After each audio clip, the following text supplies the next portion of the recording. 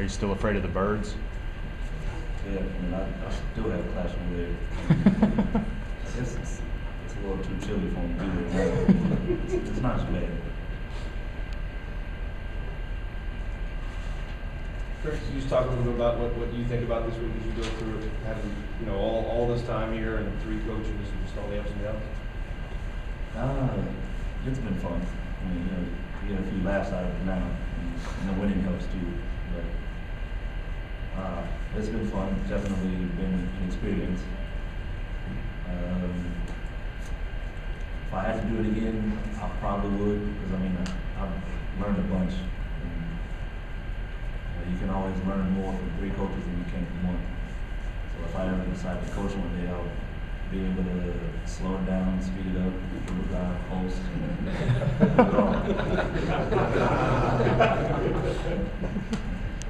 find a place to do that. I'll be able to do it all. So if you were to coach, you'd be a combination of Tubby Smith, Billy Gillespie, and John Calipari? Yes. And what would that guy be like? He'd be funny. Intense.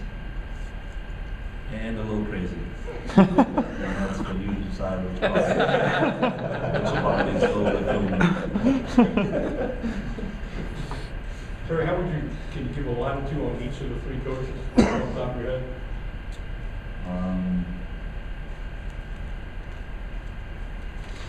I enjoy playing for Coach Smith. I mean, I guess not everybody would give a 6'9", 190 guy an opportunity to play at this high of a level.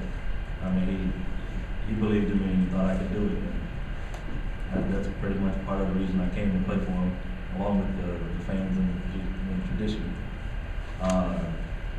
Coach G was just intense. I mean, always intense, 24/7.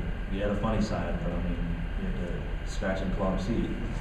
But he was also a good guy. Deep down, I do believe he was. I mean, he gave everybody an opportunity.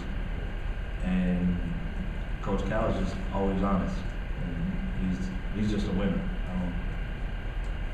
I don't see anything better about him. He's just a winner, and he's a really good guy. He tells you the truth, what you need to hear, and he doesn't sugarcoat anything. You want to coach someday? Maybe. I mean, I'm not completely sold on the idea of coaching. I mean, I know how hard some players are to deal with. And I'm one of the good guys, and I'm pretty sure I was hard to deal with. Perry, what do Mark and Ramon mean to you, and having gone through this journey with them and now to leave with them? Those 2 guys, I'll probably remember them the most. I mean, those 2 guys have been in this position with me through 3 coaches.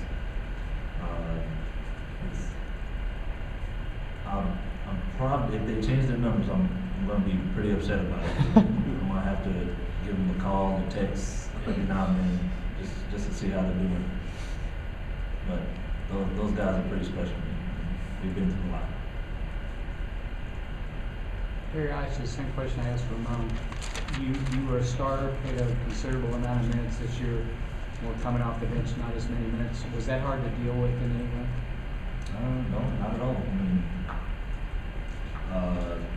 being a starter ended up in the NIT. But I mean, coming off the bench now, we're number 3, 4 in the country, and we playing for a number 1 seed in the tournament. So I don't have a problem changing roles if it feels for the better. Perry, I think you're 1 block away, or maybe you've tied it for being in the top 5 all time at Kentucky. Does that mean something to you with all the great players that have come through here? It definitely does. Definitely. I mean, just any kind of accomplishment at this high of a level at this great of a university, it should mean a lot to anybody. And I mean, I kind of pride myself on that. It was what I was best at in high school. I kind of stuck with it. And it just means a lot to me to be in this position. To do this. Are you comfortable sharing what's the best thing you've been through and what's the toughest thing you've been through? The toughest thing was probably Coach G's boot camp. I mean, getting up that early in the morning, not even touching the basketball. But I feel like it was worth it because it made all of us better players, even better guys, because I mean, we knew how to treat each other when things went south. I mean, getting up that early in the morning is not always the best thing. The first thing you want to do is go back to sleep and not see the coaching staff or any of the other guys. You just want to see the back of your eyelids.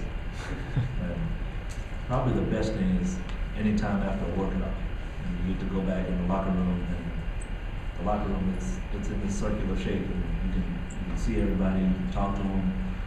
There's no hiding in there, not like any of us would want to, but just being able to talk with the guys and share laughs after any practices, it's probably the best memory. Perry, did you ever feel misunderstood during your time here? Because there were always a lot of questions about, okay, what motivates him? Does he like basketball? Stuff like that. I mean, that you hear around. Did you ever feel misunderstood? I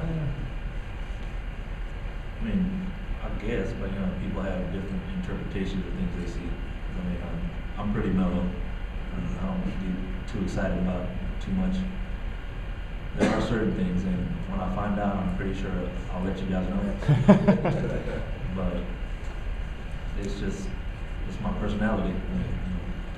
Don't get too high, don't get too low. It's working for me, I guess.